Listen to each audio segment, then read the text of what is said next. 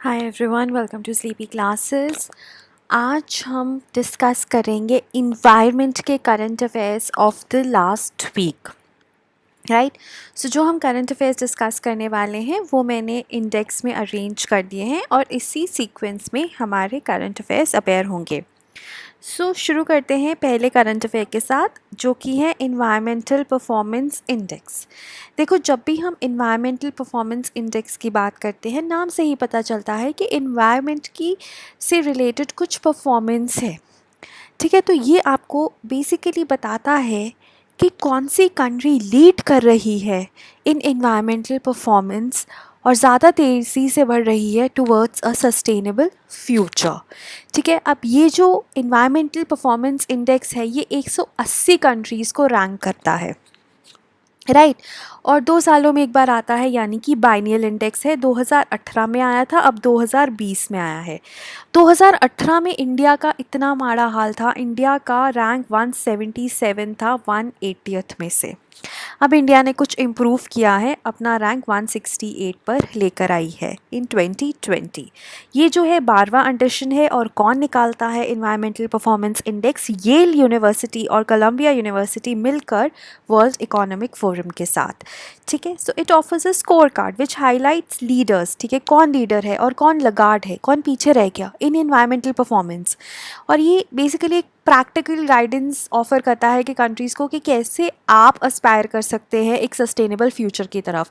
जैसे डेनमार्क है, डेनमार्क ने टॉप किया ये। ठीक है, तो अब आपको डेनमार्क की जैसा बनना है, जो सारी कंट्रीज़ कैन एक्चुअली अस्पायर कि जो डेनमार्क कैसे मूव कर रहा है टुवर्ड्स अ सस्टेनेबल फ्यूचर, कैसे वो अपनी इन्वायरमेंटल परफॉर्मेंस को अचीव कर रहा है कि बाकी कंट्रीज़ भी उसकी तरफ बढ़े। ठीक है, so like I said 180 countries को रैंक करता है ये, और 32 इंडिकेटर्स को यूज़ करता है ऑफ एनवायरमेंटल परफॉर्मेंस। ठीक है, डेनमार्क ने टॉप किया, इंडिया ने, जैसा कि आपने देखा, काफ़ी इसका पुअर परफॉर्मेंस है, लेकिन पिछली बार से थोड़ा बेटर है। सो 27.6 स्कोर के out of 100, and it's performance was worst in all the South Asian countries. सिर्फ अफगानिस्तान है जो इससे पीछे है, इंडिया से पीछे है, बाकी सारी साउथ एशियन कंट्रीज इंडिया से आगे हैं। ठीक है, so India score below the regional average score on all the 5 की पैरामीटर्स। अगर हम की पैरामीटर्स की बात करें तो वो है इन्वायरमेंटल हेल्थ, जिसमें air quality, sanitation and drinking water, heavy metals and waste management आता है। मतलब जितने भी मेजर इंडिकेटर्स हैं, India is ranking below the South Asian average score. Okay, the next is regarding Asiatic lions. अभी आपने हमारे प्राइम मिनिस्टर का ट्वीट देखा होगा, अगर आप उसे ट्विटर पे फॉलो करते हैं, कि गुजरात ने बहुत अच्छा काम किया है। एशियाटिक लायंस का जो नंबर है दैट हैज़ ग्रोन। ठीक है, और उनका जो जियोग्राफिकल डिस्ट्रीब्यूशन का एरिया है दैट हैज़ ऑल्सो इंक्रीज्ड। तो उन्होंने ट्वीट करके सराहना की गुजरात के फॉरेस्ट डिपार्टमेंट की, गुजरात स्टेट की, गुजरात के लोगों की। सो बेसिकली जो एशियाटिक लायंस है ये आपको गिर रीजन ऑफ गुजरात में ही मिलते हैं, पूरी दुनिया में कहीं और नहीं मिलते हैं, सिर्फ गिर रीजन ऑफ गुजरात में मिलते हैं। और अगर हम बात करें इनकी, हर 5 सालों में एक सेंसस होता है। पिछला जो सेंसस था वो 2015 में किया गया, जिसमें 523 लायंस थे। अभी 2020 में सेंसस किया गया, जिसमें 674 लायंस थे। इस बार काउंटिंग नहीं की गई जो हर बार सेंसस में की जाती है, क्योंकि कोविड की वजह से एक ऑब्जर्वेशनल मेथड यूज़ किया गया, जिसके बारे में हम अभी डिस्कस करेंगे नेक्स्ट स्लाइड में। ठीक है, अगर हम नंबर्स की बात करें तो 29% पॉपुलेशन बढ़ी है, और 2001 से देखें तो पॉपुलेशन ऑलमोस्ट डबल ही हुई है। राइट, और जो एरिया है वो भी 36% बढ़ा है। ठीक है, जैसे कि मैंने बताया कि एक ऑब्जर्वेशनल मेथड यूज़ किया गया इन दिस लायन सेंसस, जिसको पूनम अवलोकन के नाम से जाना जाता है। Poonam is related to full moon, पूर्णिमा अवलोकन पूनम अवलोकन is a monthly in house exercise, जो कि हर फुल मून पे की जाती है, और ये पहले फॉरेस्ट डिपार्टमेंट में ही 2015 के सेंसस के लिए डेवलप की थी, जो कि इस बार फुल टाइम यूज़ हुई because of Covid. Right, okay, then next is Sundarbans damaged. अब आपको पता है कि इंडिया और बांग्लादेश में हमारे पास सुंदरबंस हैं। अभी जो साइक्लोन अम्फान आया था वेस्ट बंगाल में, काफ़ी डैमेज किया उसने, उसमें हमारे जो सुंदरबंस हैं वो भी डैमेज हुए। Approximately 28% of the Sundarbans have been damaged by cyclone Amphan. right? So 1200 square kilometer out of 4200 square kilometers has been destroyed, क्योंकि जो सैलिनिटी थी वो अंदर आ गई है ना, जो पानी था, सेलाइन पानी था वो अंदर आ गया, उस वजह से जो पेड़ थे वो येलो और रेड हो गए, ठीक है। So the Indian Sundarbans an area south of Dampier Hodges line, ठीक है, is spread over 9600 square kilometers, of which the mangrove forest accounts for 4200 square kilometers. Now, this line is an imaginary line passing through 24 Parganas South and North district, which indicates the northernmost limits of the estuarine zone affected by the tidal fluctuation. So, basically इससे नीचे ही हम सुंदरबंस को मांगते हैं। और दूसरी चीज़ ये है, this Dampier Hodges line is important, और दूसरी चीज़ ये इंपॉर्टेंट है कि इंडिया साइड में डैमेज ज़्यादा हुआ है और बांग्लादेश साइड में इतना नहीं हुआ, राइट।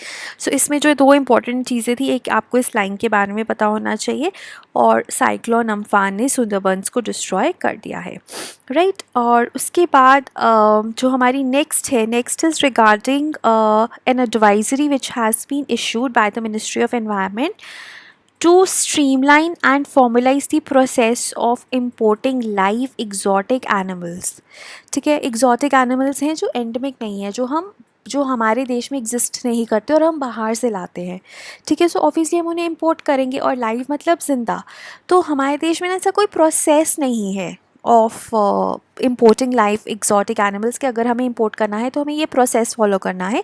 तो अभी मिनिस्ट्री ऑफ एनवायरनमेंट ने एक एडवाइजरी इशू करी है to streamline and formalise this process, ठीक है।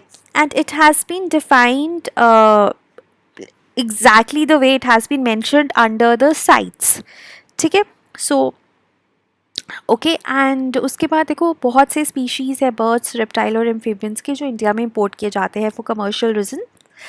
अब कमर्शियल रीजंस की वजह से इंपोर्ट तो हो ही रहा है, लेकिन अभी इशू क्या आया, इशू ये आया कि जूनोटिक डिजीज़ेस फैल रहे हैं। अगर हम कोविड-19 की बात करें तो ये भी कहा जाता है कि ये बैट्स और पैंगोलिन से आया है, ठीक है। सो अगर आप एनिमल्स को इंपोर्ट कर रहे हो and they might be carrying a zoonotic disease, है ना, जूनोटिक डिजीज़ होता है जो एनिमल्स में पाया जाता है और उससे ह्यूमंस में आ सकता है ना। तो कोई भी एपिडेमिक बन सकता है, कोई भी पेंडेमिक बन सकता है, तो उसको रेगुलेट करने के लिए ट्रेड को, ताकि ऐसे बीमारियां ना फैले, ये एडवाइजरी आई है। एंड उससे ये भी पता चलेगा कि कितने exotic animals are there in the country, ठीक है। The advisory has provisions for import and disclosure of exotic animals and their progeny, ठीक है। उसके बाद अगर कोई ऐसा एनिमल है जो ऑलरेडी इंडिया में है, उसके बारे में भी डिस्क्लोजर देना है। और अगर कोई person is trying to import a live exotic animal, he will have to submit an application for the grant of a license to the DGFT, ठीक है। DGFT को उसको देना पड़ेगा एक एप्लीकेशन कि उसको लाइसेंस दिया जाए, उसको अलाउ किया जाए to import the live exotic animal. Then he will also have to attach an objection certificate of the chief wildlife warden of the state, जिसका स्टेट में वो लेके आ रहा है, वहाँ की चीफ वाइल्ड लाइफ वार्डन से उसको NOC भी चाहिए, ठीक है। और जिन लोगों ने ऑलरेडी इंपोर्ट किया हुआ है, उनको एक डिक्लेरेशन बतानी पड़ेगी विद इन 6 months, ठीक है। उसके लिए कोई सबमिशन कुछ नहीं चाहिए, लेकिन अगर 6 महीने से ज़्यादा हो जाते हैं तो डॉक्यूमेंट्स देने पड़ेंगे। मतलब 6 महीने तक अगर आप डिक्लेयर कर देते हो तो प्रोसीजर इज सिंपल, उससे ज़्यादा हो जाते हैं तो आपको डॉक्यूमेंट्स देने पड़ेंगे और प्रोसेस फॉलो करना पड़ेगा। ये है for already animals which are there in India, और अगर आपको इम्पोर्ट करना है तो आपको ये प्रोसेस फॉलो करना पड़ेगा। नेक्स्ट है हमारा healthy and energy efficient buildings initiative. So ये बेसिकली वर्ल्ड एनवायरनमेंट डे पे लॉन्च किया गया।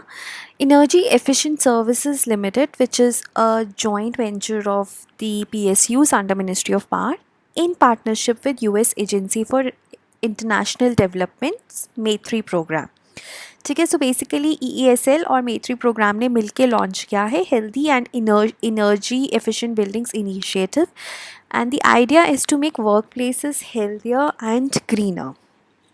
जो METRI है under which this initiative has been launched, ये जो है ये US India बायलेटरल पार्टनरशिप का पार्ट है, and it is basically between Ministry of Power and US aid, and is aimed at accelerating the adoption of cost effective energy efficiency as a standard practice within buildings, कि जितनी भी आपकी buildings हैं उनका energy efficiency part हो और वो भी कॉस्ट इफ़ेक्टिव, ठीक है।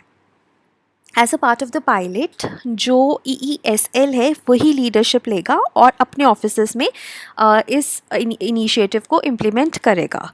ठीक है, सो इसमें बेसिकली जो रेट्रोफिटिंग एग्जिस्टिंग बिल्डिंग्स हैं, ठीक है, ऑलरेडी जो एग्जिस्टिंग बिल्डिंग्स हैं उनको कैसे रेट्रोफिट किया जाए एंड एयर कंडीशनिंग सिस्टम्स को कैसे यूज़ किया जाए कि एनर्जी एफिशिएंट हो वो systems and they can be healthy as well as energy efficient.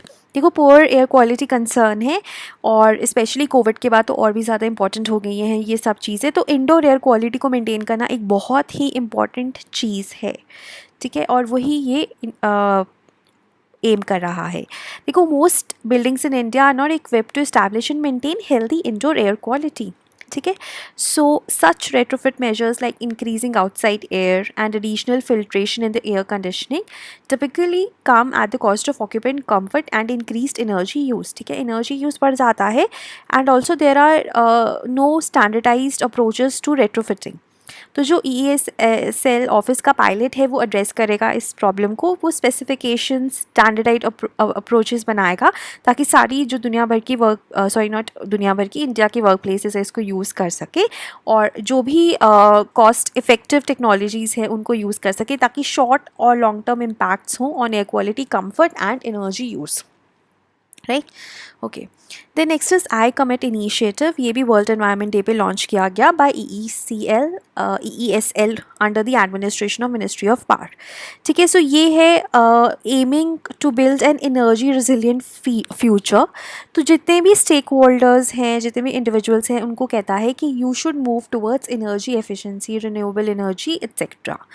ठीक है, so you just need to have healthy power sector, majorly इसका एम ये है। और देखो, आई कमिट इनिशिएटिव नाम से ही पता चलता है कि जितने भी गवर्नमेंट एम्प्लॉयज़ हैं और प्राइवेट प्लेयर्स हैं कि वो एक ऐसा फ्यूचर बनाएं जो कि एनर्जी रिजिलियंट हो। So it is just in like a commitment sort of an initiative launched by EESL, okay, on world environment day. Then last is a world oceans day जो कि हर साल 8 जून को मनाया जाता है, अगेन टू क्रिएट अवेयरनेस, है ना, कोई भी दिन इसीलिए मनाया जाता है। And it was designated by UNGA in 2008 और मेजरली थीम इम्पॉर्टेंट होता है, so that is innovation for a sustainable ocean.